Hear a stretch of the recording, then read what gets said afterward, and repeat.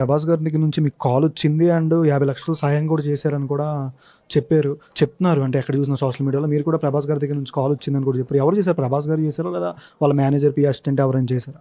ప్రభాస్ గారు పిఏ అని చెప్పి కాల్ చేశారండి నాకు. నైట్ కాల్ చేశారు 7:30కి.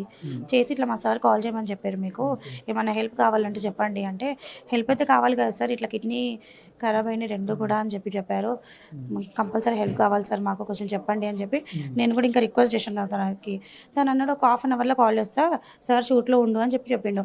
నేను నిజమే అనుకున్నా, అది నేను నంబర్ కూడా సేవ్ చేసుకోవాలని చెప్పిండు.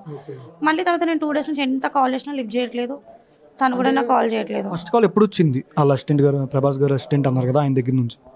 నాకు రోషన్ అన్న మండే రోజు ఇంటర్వ్యూ అయిపోయిన తర్వాత అదే రోజు నాకు ఈవినింగ్కి కాల్ వచ్చింది. నేను అది నిజమే అనుకుంటున్నా.